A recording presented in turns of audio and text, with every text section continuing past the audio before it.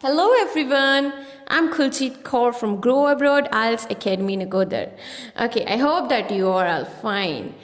Okay, students, if you're preparing for IELTS, then we are here for your help. So get tips and advice for your IELTS test. And my today's video is about task 2. So please, students, like my video and subscribe my channel after watching this video. Okay, students, as we all know that it's hard to increase band score in writing. So for more band score, students have to make some complex sentences, and this is a problem when teachers instruct student to make complex sentences on that time. Student always feel difficulty to make that. Okay, so also we know that in the writing, students need to write in complex sentences where applicable. However, candidates always have a misunderstanding that the more complex sentences they write, the better band score they would get. And by the way, they write wrong sentences and lose marks. Okay, so naturally, students must know about complex sentences, and if students want to increase their band score, then this is incumbent for them to write complex sentences. So, no doubt, students, in your task 2, you have to make some complex sentences. And firstly, I'm going to give you a simple example. I know that in your writing task you will write some more difficult sentences, but I will elaborate each and everything step by step. So please pay heed, and I bet you that you will understand.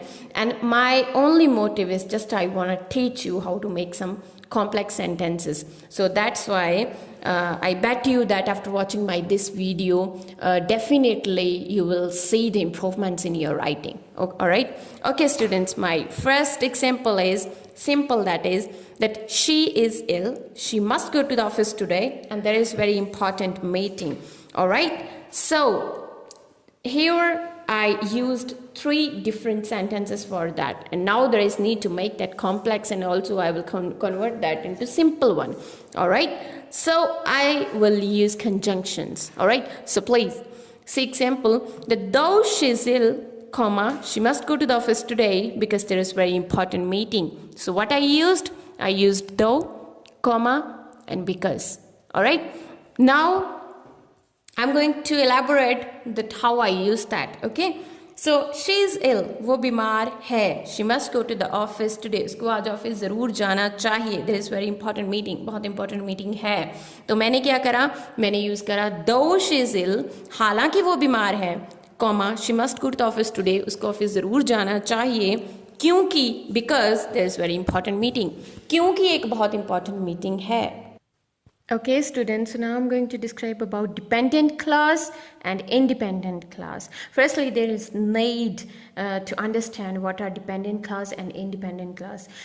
Because whenever you write, you make a sentence, then obviously there are some clauses in that, and you must know about that. All right, कि जब भी आप कोई sentence बनाते हो तो उसमें independent और dependent clauses होती हैं, तो need है कि आपको उनका पता होना चाहिए, तो फिर ही आप उसको सही कर सकते हैं. अदरवाइज आप मिस्टेक करते हैं जब आपको यही नहीं पता होता कि independent clause है कि dependent clause है. आपने conjunction किसके साथ यूज़ करना है आपको यही नहीं पता होता.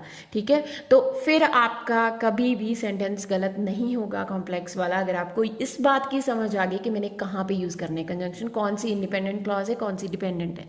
ठीक है, firstly I am going to give you the meaning of independent clause and independent clause. Okay, so a dependent clause that cannot stand alone even though it has a subject and a verb. Okay, एक dependent clause राजे वो होती है जो अकेले stand नहीं कर सकती, उसका अकेले में meaning नहीं आता, चाहे उसके पास subject और verb होता है फिर भी उसका अकेले का meaning नहीं आता. ठीक है, क्यों? क्योंकि उसके साथ conjunction लगा होता है हमेशा. Second, an independent clause. An independent clause has the ability to stand alone as a sentence. उसके पास ability होती है as a sentence, अकेले खड़े होने की. So it always makes a complete thought. It always makes a complete sense.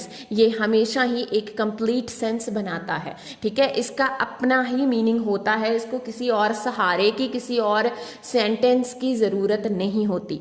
ठीक है, अभी मैं आपके साथ शेयर करने जा रही हूँ एक example. Now I'm going to share an example with you that firstly, because they were getting wet, क्योंकि वो भीग रहे थे। Okay, so writing this doesn't make any sense. अगर मैं ऐसा लिखती हूँ तो उसका कोई मीनिंग नहीं आता है।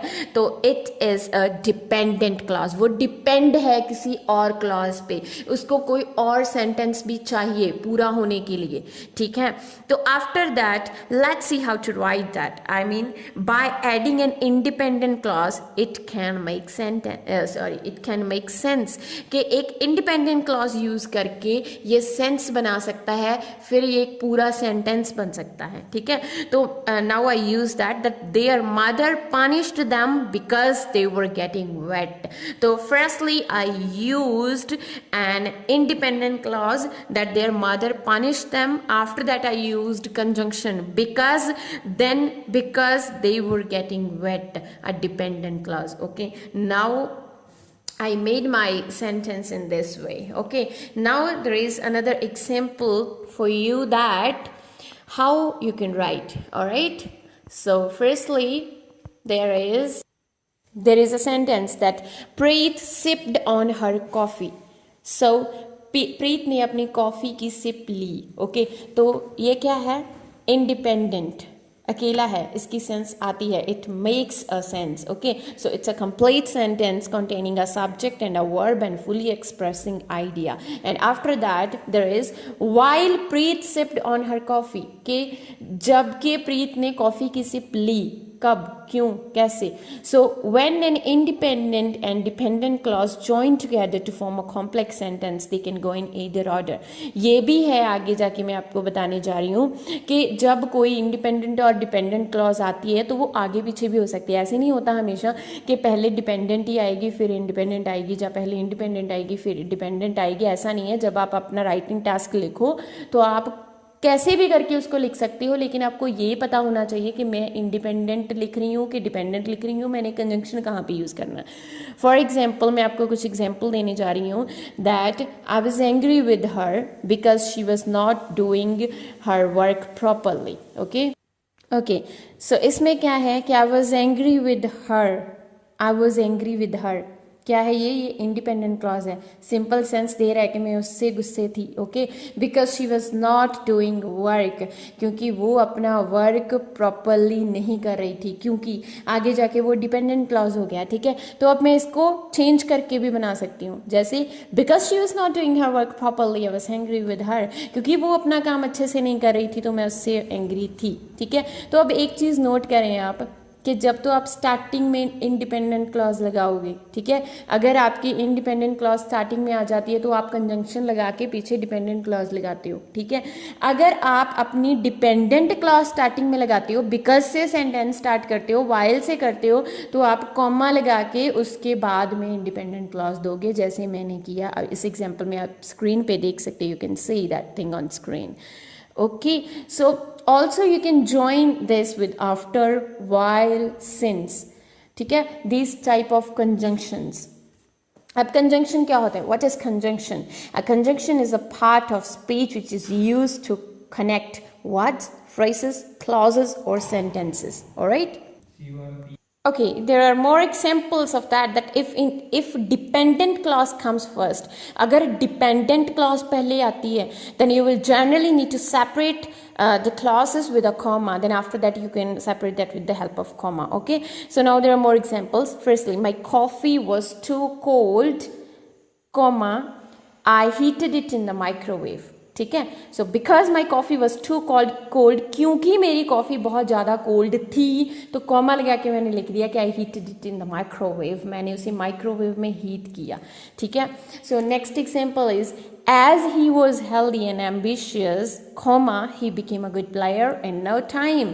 ठीक है, कि वो बहुत ज़्यादा हेल्दी और तो वो एक गुड प्लेयर बन गया इन नो टाइम। ठीक है, next example is he returned the mobile phone after he noticed it was ringing.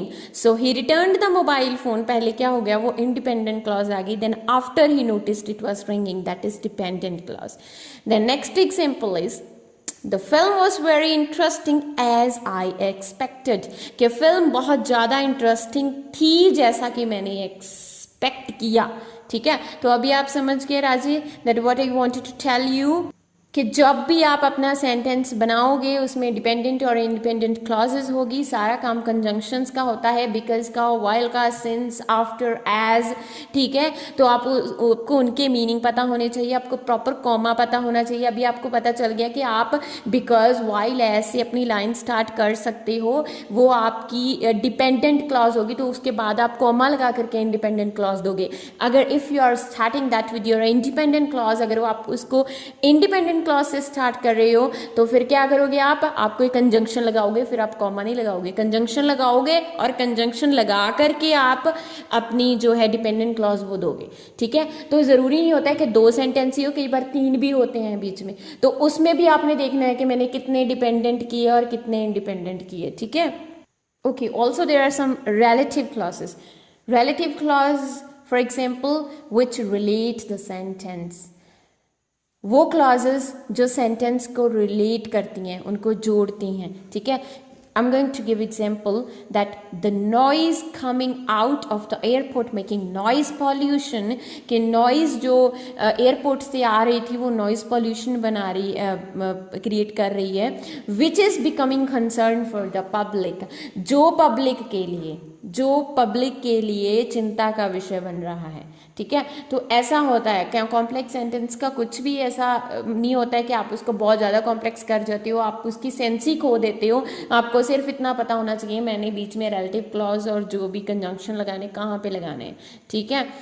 Okay students, so now there is another one, that is also there is another thing, that is subordinate clause, which I wanted to tell you. Subordinate clauses किसके साथ आती हैं, which, while, because, as, until, conjunction के साथ ही आती हैं, ठीक है। That sentence which comes with conjunction to express that the action in the main clause can only take place if a certain condition is fulfilled, कि अगर कोई certain condition fulfill की है तो वो conjunction के साथ आया है वर्ड, ठीक है। फॉर एग्जाम्पल जैसे मैंने पीछे आपको एग्जाम्पल दी थी कि because my coffee was too cold and comma लगा के कहा था कि I heated it in the microwave, क्योंकि मेरी कॉफ़ी बहुत ज़्यादा कोल्ड थी मैंने उसे माइक्रोवेव में हीट किया, मैंने फुलफिल कर ली वो कंडीशन कि वो हीट नहीं थी तो मैंने उसे हीट कर लिया, ठीक है। After that there is last one which is conditional clauses. Conditional clauses क्या होती हैं, conditional structures are used to talk about a condition and a possible result और कॉन्सिक्वेंस, ठीक है।